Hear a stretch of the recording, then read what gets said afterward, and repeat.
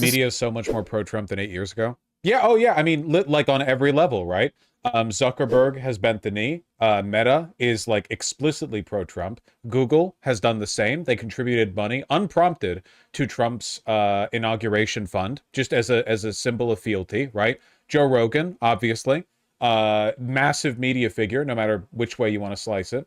Jeff Bezos, Amazon, obviously he's, you know, doesn't really run social media the same way that like Zuckerberg does, but it's pretty insane that like Amazon, the largest distribution company in the world, pledged fealty. Tim Apple, yeah, to a lesser extent, but nonetheless to an extent.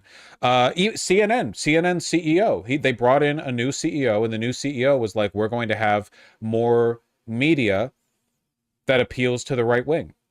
We're going to shift to the right. And you see it even when you watch shows like this. The thing that fucks me up, man, is that in this program, CNN Newsnight, which we've been seeing a lot of clips of lately, usually the dynamic is you have 4 or 5 well-educated, I'm just going to say it because I'm not constrained by wokeness unlike you guys, black women or non-white women, people here who are not white men, we'll say, who are sane. And then you'll have one white guy whose job it is to be a fucking retard partisan hack for Trump, who will defend Trump no matter what. And that's the dynamic. But the insane thing is, if this was Fox News, everyone here would be dunking on that white guy. Like if the positions were reversed, right? If with the pocket liberal like they have in the 5, they would like mock them. But here, they have to keep pretending that these obviously dishonest, grinning, smirking freaks of nature are like actually here to participate in the conversation. You know? Like they're actually having a talk with someone rather than like giving their spiel and then hitting a button on the back of an action figure whose job it is to respond with like 2 or 3 pre-baked statements. They shouldn't be taken seriously.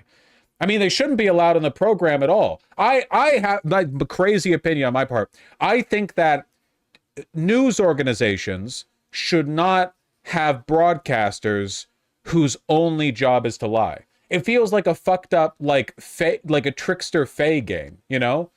Like you can there are 2 paths before you, guarded each by one who only tells lies and one who only tells the truth. Why?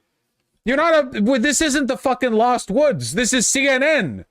You don't need to have the guy on here whose job it is to lie. That's not actually a necessary position. You need people to run the lights and sounds, and it's not a necessary job. You know what I want, by the way? I want a program like this, except the one conservative every time they bring on is a random guy. The prerequisite is that they not have any media connections at all. They have to be like it's done by raffle. It's a regular guy. Conservatives are like, I'll defend Trump. I've got an idea. And they'll be given a fair briefing beforehand.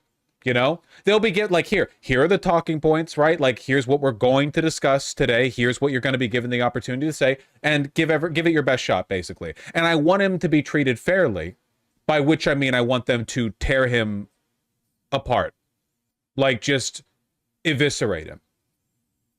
Absolutely ruthless blood sports on CNN. You just reinvented Jubilee? No. Because Jubilee is exactly what I'm complaining about in this program. Jubilee is an artifice. It's a fake program designed to titillate by platforming people with bad ideas. And performatively bad ideas. The motherfuckers who go up there on Jubilee with the bad ideas, you know that gay twink from LA? He's in every one. Why? He works for Jubilee. He doesn't believe the bad shit he says. He's just on there for the views. You need to get someone with no media connections, just some random fucking West Virginian conservative up here to argue about how like Trump's tariffs are going to help us in the long term. And I'm not saying they start out by being vicious to the guy. I think they should treat him fairly. I'm just saying that fair treatment of a Trump supporter will inevitably lead to blood sports. Or they kowtow.